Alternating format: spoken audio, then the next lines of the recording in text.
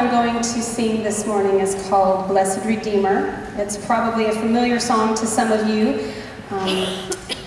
It was a perfect song to sing for Easter morning because it talks so much about what Christ did on the cross for our sins and how He is our blessed Redeemer. So I encourage you, the chorus at times repeats itself, so if this is something that you want to continue on with your worship and be able to sing along, please do so, and I just pray that it speaks to you this morning.